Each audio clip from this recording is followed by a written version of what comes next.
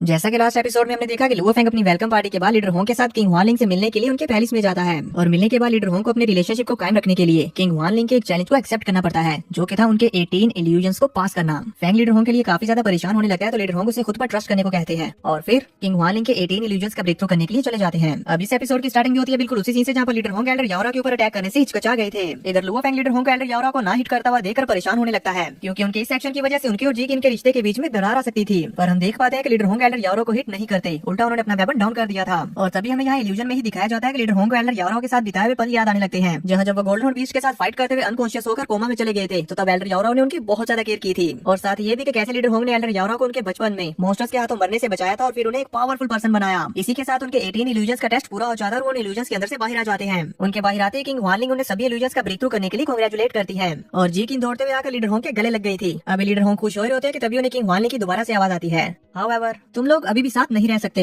ये सुनते ही leader Hong पलट कर उनकी तरफ देखते हैं कि तभी इतने में जी किन उन्हें धक्का देते हुए दूर फेंक देती है और किंग हुआनलिंग की बाकी सारी डिसाइबल्स लीडर होंग को जकड़ने लगती हैं और ये सभी डिसाइबल्स लीडर होंग को पकड़कर सप्रेस करने लगते हैं, जबकि जी किन अपना वेपन बाहर निकालकर आर्मर वेयर करते हुए लीडर होंग के ऊपर अटैक करने के लिए रेडी हो जाती है। जो देखते साथ ही लीडर होंग भी अपने आर्मर को वेयर करते हुए वेपन निकालकर फाइट के लिए तैयार हो जाते हैं और उन सभी डिसाइबल्स को अपनी ऑरा को रिलीज करते हुए पीछे हटा देते हैं। इसी के साथ जी किन लीडर होंग के ऊपर जानलेवा अटैक करने लगती है, जिन्हें लीडर होंग अपने वेपन का इस्तेमाल करते हुए बड़ी मुश्किल से ब्लॉक कर रहे होते हैं। उन्हें यहाँ पर कुछ भी समझ नहीं आ रहा था कि आखिर हो क्या रहा है। अब क्योंकि वो जी किन के ऊपर हमला नहीं कर रहे थे, तभी किंग हुआनलिंग लीडर होंग के पीछे आते हुए कहती है, अब तुम फिर ऐसे प्रिटेंड कर रहे हो जैसे कि तुम लॉयल हो, लेकिन ये किन किन नहीं है। इतना में हम देखते हैं कि लीडर होंग खुद को संभालते हुए अपना अटैक रेडी करते हुए जी किन के ऊपर एक जानलेवा अटैक करते हैं, जिससे वो अपने वेपन्स का इस्तेमाल करते हुए ब्लॉक तो कर लेती है, लेकिन लीडर होंग के इस अटैक का इंपैक्ट इतना ज्यादा होता है कि वो इस अटैक के साथ खींची जाती है और कई सारी दीवारों को तोड़ते हुए दूर जा गिरती है। लीडर होंग को जी किन के ऊपर हमला करने की वजह से किंग हुआनलिंग उनसे कहती है, तुम इस पर अटैक कैसे कर सकते हो, सिर्फ अपनी डिग्निटी और इस इल्यूजन से निकलने के लिए। उनकी इन बातों की वजह से लीडर होंग तो अलग ही कश्मकश में पड़ जाते हैं और काफी ज्यादा हैरान भी हो रहे होते हैं। इल्यूजन के अंदर ये सब कुछ होता हुआ देखकर लुओ फेंग कहता है, फर्स्ट ब्रदर की एबिलिटीज के हिसाब से उनके लिए इन इल्यूजन्स का ब्रेक थ्रू कर पाना मुश्किल नहीं है, लेकिन ह्यूमन हार्ट्स में मिसअंडरस्टैंडिंग्स हो सकती है क्योंकि वो डायरेक्टली बात नहीं कर सकते, इसलिए किंग हुआनलिंग उनकी फीलिंग्स के साथ खेल रही है।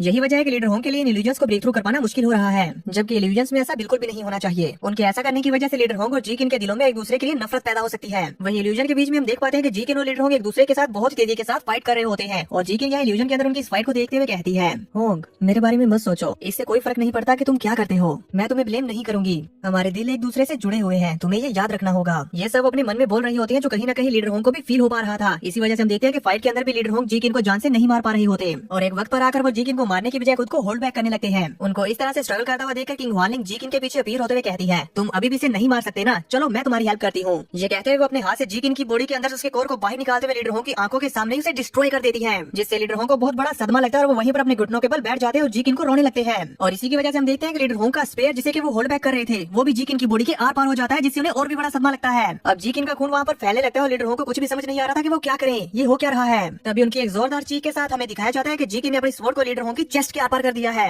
यानी कि अभी थोड़ी देर पहले उनके साथ जो कुछ भी हो वो तो किंग हुआनलिंग उन्हें इल्यूजन दिखा रही थी और उनके माइंड के साथ खेल रही थी, जबकि यहाँ इल्यूजन में फाइट के दौरान जी किन ने अपनी स्वॉर्ड को लीडर होंग की चेस्ट के आर पार करते हुए उन्हें यहाँ पर इस टेस्ट में हरा दिया है। लीडर होंग अपने घुटनों के बल आ जाते हैं। उनकी इस हालत को देखते हुए किंग हुआनलिंग कहती है, सब खत्म हुआ, तुम इस टेस्ट को पास नहीं कर सके। ये बोलकर वो वहाँ से जाने लगती है, जबकि उनकी स्टूडेंट्स यहाँ पर ये देखते हुए कहती है, ओह। लुओ फेंग भी लीडर होंग के लिए काफी ज्यादा परेशान हो जाता है, क्योंकि वो जानता था कि अगर वो इस टेस्ट में फेल हो गए तो वो नहीं बचेंगे। इसी वजह से वो बुरी तरह से घबरा चुका था और हम देख पाते हैं कि लीडर होंग को इस हालत में देखकर जी किन की आंखों में आंसू आ जाते हैं और जैसे ही उनका आंसू उनकी आंख से टपकता है तो वो सीधा इल्यूजन के अंदर मौजूद लीडर होंग के हाथ पर जा गिरता है, जिससे लीडर होंग को अपनी पास की कुछ मेमोरीज याद आती है, जिसमें उन्होंने जी किन के साथ बहुत ही क्वालिटी टाइम स्पेंड किया था। इसी से इल्यूजन में उनकी इंजरी भी हील हो जाती है और वो अपने पैरों पर खड़े होने लगते हैं। उनकी ये हलचल फील करते हुए किंग हुआनलिंग शॉक होते हुए पीछे की तरफ मुड़कर देखती है और उन्हें यकीन नहीं हो रहा होता कि लीडर होंग अभी भी जिंदा है। जी किन के आंसू का वो कतरा जो कि लीडर होंग के हाथ पर गिरा था वो एक फ्लोवर बन चुका होता है और लीडर होंग उसे जी किन को देते हुए कहते हैं, मैं जी किन से प्यार करता हूँ। लीडर होंग को अभी भी सही सलामत देखकर जी किन खुश हो जाती है और स्माइल करने लगती है, जबकि लीडर होंग अपने वेपन को निकालते हुए किंग हुआनलिंग से कहते हैं, तुम मुझे कंफ्यूज करने के लिए मेरी फीलिंग्स के साथ खेल रही थी। इसी के साथ वो अपने स्पेयर को नीचे जमीन में धंसाते हुए किंग हुआनलिंग के पूरे इल्यूजन वर्ल्ड के टुकड़े टुकड़े कर देते हैं और अपनी बात को कंटिन्यू करते हुए कहते हैं, हाउएवर प्यार मेरी वीकनेस नहीं है, बल्कि इसके अंदर डूबने से मुझे ग्लोरी और करेज फील होता है, जिससे मेरा दिल पूरी तरह से सुकून महसूस करता है, जबकि तुम जो प्यार को नहीं समझती वो हो जो ये सब क्लियरली नहीं देख सकती। इसी के साथ लीडर होंग उनकी तरफ आगे बढ़ते हुए पोर्टल के अंदर से होते हुए इल्यूजन वर्ल्ड के अंदर से बाहर आ जाते हैं, जबकि हम स्क्रीन पर देख पाते हैं कि किंग हुआनलिंग लीडर होंग की इन सभी बातों से काफी ज्यादा इंप्रेस्ड होती है। लीडर होंग के इल्यूजन वर्ल्ड से बाहर आते ही जी किन दौड़ते हुए बैकअप कर लेती है, जबकि किंग हुआनलिंग की डिसाइबल्स उन्हें देखते हुए कहती हैं, वाओ ये कितने कूल हैं, और कुछ तो ये बोल रही होती है कि इन्होंने ब्रेक थ्रू कर लिया, आखिर ये कैसे पॉसिबल है। और अब यहाँ पर हमें एक रोमांटिक सा मोमेंट दिखाया जाता है जिसमें लीडर होंग जीकिन को बड़े प्यार से देख रहे होते हैं, जीकिन भी लीडर होंग की तरफ बड़ी प्यार से देख रही होती है। फिर ये दोनों एक दूसरे के गले लग जाते हैं। लुओ फेंग उनके इस मोमेंट को देखकर खुश हो रहा होता है, जबकि हम देखते हैं कि किंग हुआनलिंग जेलस हो रही होती है और फिर वह गहरा सांस लेते हुए वहाँ से जाते हुए कहती है, मैं अब तुम्हारे रास्ते की रुकावट नहीं बनूंगी, पर जीकिन इसकी वजह से तुम्हारी ट्रेनिंग में कोई भी कमी नहीं आनी चाहिए। उनके जाने के बाद जीकिन और लीडर होंग काफी ज्यादा खुश होते हैं और यहाँ पर चारों तरफ फूलों की बारिश होने लगती है। इसी के साथ सीन कट हो जाकर हम देख पाते हैं कि लीडर होंग और लुओ फेंग स्पेसशिप की तरफ जा रहे होते हैं, जहाँ पर कुछ लोगों ने अपने बैक व्यू में लाकर सेल्फीज ले रहे होते हैं और उनके आते ही वहाँ से 9 तो 11 हो जाते हैं। अब लुओ फेंग अपने स्पेसशिप को डेलन के पास आकर लीडर होंग से कहता है, फर्स्ट ब्रदर कांग्रेचुलेशंस, आपने सिचुएशन को अच्छे से संभाला। जिस पर लीडर होंग कहते हैं, ये सब कुछ तुम्हारी मदद से पॉसिबल हुआ, इसके लिए तुम्हारा शुक्रिया। थर्ड ब्रदर, इसके अलावा अगर वो इल्यूजन बैटल नहीं होती तो मुझे जायंट जी अरीना की तरफ से स्पेशल इलाइट ट्रेनिंग का इन्विटेशन नहीं आता। इस पर लुओ फेंग उनसे कहता है, ये एक रेयर अपॉर्चुनिटी है, आपको यहाँ पर कामयाब होना चाहिए। इस पर लीडर होंग हाँ करते हुए कहते हैं, मैं किंग हुआनलिंग और मिस जुई को दिखा दूंगा कि किन किन ने गलत आदमी को चूज नहीं किया। तभी लुओ फेंग उनसे आगे पूछता है, फर्स्ट ब्रदर उन 18 इल्यूजन्स का क्या? मैं पहले आपके लिए बहुत परेशान हो रहा था। लीडर होंग कहते हैं, वो सभी इल्यूजन्स बहुत इंप्रेसिव थे, लेकिन वो मेरे लिए खतरा नहीं थे। फेंग चौंकते हुए कहता है, क्या? पर मैं देख पा रहा था कि आपको उनका ब्रेक थ्रू करने के लिए काफी ज्यादा एनर्जी इस्तेमाल करनी पड़ रही थी और आप एग्जॉस्ट हो रहे थे, ऐसा ही है ना? लीडर होंग कहते हैं, वो तो मैं दिखावा कर रहा था। ये सुनकर लुओ फेंग हल्का सा चौंकता है और फिर जोर जोर से हंसने लगता है। लीडर होंग भी हंसने लग गए थे और फिर फेंग अपने मन में सोचता है, फर्स्ट ब्रदर का मैटर स्मूथली रिजॉल्व हो चुका है, तो इसलिए मैं भी इंसेक्ट क्लैन के बारे में क्लूज इकट्ठा करने पर रिसर्च कर सकता हूँ। ये सब सोचने के बाद लुओ फेंग अपना हाथ आगे बढ़ाता है तो दोनों ब्रदर्स एक दूसरे के साथ हाथ मिलाते हुए एक दूसरे के गले लग जाते हैं। तो फेंग लीडर होंग से कहता है, फर्स्ट ब्रदर अपना ख्याल रखना। ये कहते ही फिर दोनों ब्रदर्स अलग अलग होकर अपनी अपनी जर्नी पर निकल पड़ते हैं। अब सीन कट होता है, कुछ समय बाद का सीन दिखाया जाता है जहाँ पर हम मिस जुई को देखते हैं, जो यहाँ मीटिंग रूम में बिजनेस हेड जिन युवाओं के साथ लुओ फेंग की कुछ फोटोज को देख रही होती है, जिसमें हम देखते हैं कि लुओ फेंग अलग अलग जगहों पर जाकर लोगों की प्रॉब्लम्स को हल कर रहा होता है और वो सभी लोग भी लुओ फेंग से काफी ज्यादा खुश नजर आ रहे होते हैं। यहाँ पर हम भी देख पाते हैं कि लुओ फेंग लोगों की मदद करते हुए उनके ऊपर आए हर तरह के खतरे को खत्म करता जा रहा होता है। जो सब देखते हुए मिस जुई काफी ज्यादा गुस्सा हो जाती है और लुओ फेंग की पिक्चर्स के ऊपर ही मुक्का मारते हुए कहती है, डैम लुओ फेंग,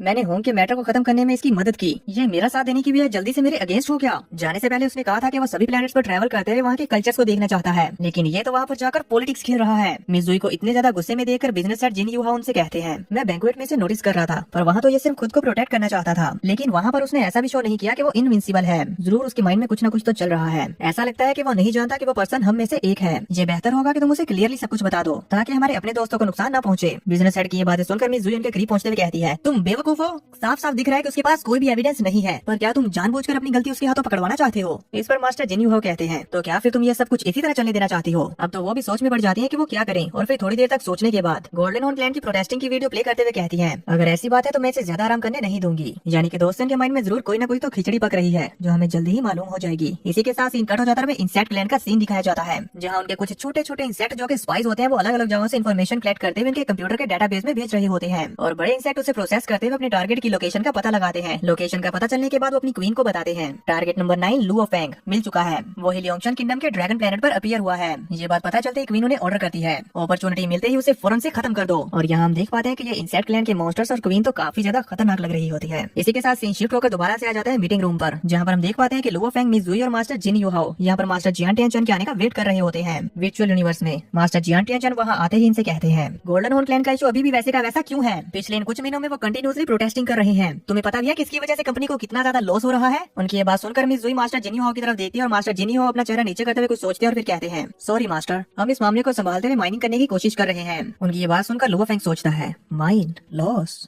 तो इस पर वो बात उसे बताती है, golden horn race life stone है, वो लोग ह्यूमंस पर रिलाई करते हैं क्योंकि उनकी रेस खत्म हो रही है। जिस तरह से वो लोग अपनी यूनिक एनर्जी को ट्रांसफॉर्म करते हैं उससे माइनिंग एफिशिएंसी इनहेंस हो जाती है, इसीलिए वो लोग अक्सर प्रोटेक्शन के लिए लेबर्स को एक्सचेंज करते हैं। शायद इसीलिए वो लोग प्रोटेस्ट कर रहे हैं। इसलिए वो बात उनका वो प्रोटेस्ट लुओ फेंग को दिखाती भी है, जिसे बहुत ही अच्छे से देखते हुए और ऑब्जर्व करते हुए फेंग कहता है, इनमें मौजूद वो सीनियर काफी ज्यादा स्ट्रॉन्ग है, पर फिर भी वो अपनी फुल स्ट्रेंथ को यूज नहीं कर रहा। ऐसा लगता है कि वो इनोसेंट लोगों को हर्ट करना नहीं चाहता। तभी वो बात फेंग को और बताती है, गोल्डन हॉर्न रेस में भी कई सारे इमोर्टल लेवल के वॉरियर्स हैं, वो भी उनके हिस्ट्री फिगर वॉरियर्स की वजह से, जो अपनी आने वाली जनरेशन के लिए टॉम स्टोन छोड़ गए हैं। वहाँ पर मौजूद लोगों में से जो कोई भी उस टॉम स्टोन को समझ आता है उनकी कल्टीवेशन स्पीड और एबिलिटीज तेजी के साथ बढ़ जाती है। तो इसीलिए कंपनी भी फिर उन्हें इलाइट वॉरियर्स के तौर पर रिक्रूट करती है और जब भी इंसेक्ट क्लैन रेस के साथ फाइट करने की बारी आती है तो उन्हें फर्स्ट लाइन ऑफ डिफेंस में रखा जाता है। ये सुनते हुए फेंग अपने मन में ही बुबाता से कहता है, तो क्या इसका मतलब ये नहीं है कि कंपनी उन्हें एज अ शील्ड इस्तेमाल कर रही है? इस पर बुबाता थोड़ी देर के लिए सोचती है फिर कहती है, नहीं ऐसा जरूरी नहीं, क्योंकि उन लोगों को कंपनी से बहुत ज्यादा प्रोटेक्शन चाहिए होती है, तो इसीलिए उसके बदले में इन्हें हाई वैल्यू तो पे करनी ही पड़ेगी। बुबाता और लुओ फेंग के बीच में ये बातें चल रही होती है, जबकि मीटिंग रूम में मिस जुई आगे बढ़ते हुए मास्टर जियान टेंशन से कहती है ये गोल्डन हॉर्न रेस बहुत स्ट्रेट फॉरवर्ड है और पेचीदा भी, जिसकी वजह से ये छोटी सी मिसअंडरस्टैंडिंग को बहुत बड़ा कर देते हैं। मिस जुई की ये बात सुनकर लुओ फेंग अपने मन में कहता है ये कितनी चालाक है, आसानी से इसने अपने आप को उस मैटर से बचा लिया। मुझे लगता है कि गोल्डन हॉर्न रेस की वो डिसअपॉइंटमेंट बहुत लंबे अरसे से चली आ रही होगी, इसी वजह से फाइनली वो प्रोटेस्ट कर रहे हैं। पर सुपीरियर्स ने भी इस पर साफ साफ बात नहीं की। ऐसा लगता है कि इन्होंने कुछ प्रेशर और इनजस्टिस करने की परमिशन दे रखी है। तभी मिस जुई और कहती है हम एक सूटेबल पर्सन ढूंढेंगे उसे गोल्डन हॉर्न रेस में भेजने के लिए, ताकि वो वहाँ पर जाकर हमारी सिंसियरिटी शो करे और उन्हें मना भी ले। पर बस इतना है कि उसकी एबिलिटी ज्यादा हाई नहीं होनी चाहिए, ताकि कहीं उन्हें ऐसा न लगे कि हम उनके ऊपर दबाव डाल रहे हैं। वॉयलेंस और तशद्दुद से बचने के लिए हम एक बहुत ही लो प्रोफाइल वाले पर्सन को वहाँ पर भेजेंगे, ये सोचकर कि हम इस मसले को ज्यादा अहम नहीं समझते। ये कहते हुए एक स्माइल पास करते हुए लुओ फेंग की तरफ ही देख रही होती है और लुओ फेंग उसकी ये बातें सुनते हुए अपने मन में कहता है क्या चालाक औरत है, यानी कि वो सीधे सीधे फेंग को टारगेट कर रही थी। इससे पता चलता है कि ये क्रेडिट लेने के लिए मुझे ही वहाँ पर भेजने के लिए सजेस्ट करने वाली है। तुम्हें क्रेडिट देने से बेहतर है कि मैं खुद ही अपने आप को रिकमेंड कर दूं। मिस जुई लुओ फेंग के बारे में बोलने वाली होती है कि तभी फेंग आगे बढ़ते हुए कहता है क्या स्पेशल इंस्पेक्शन इनवॉय के पास राइट है कि वो वहाँ पर जाकर इस मामले को सॉर्ट आउट कर सके।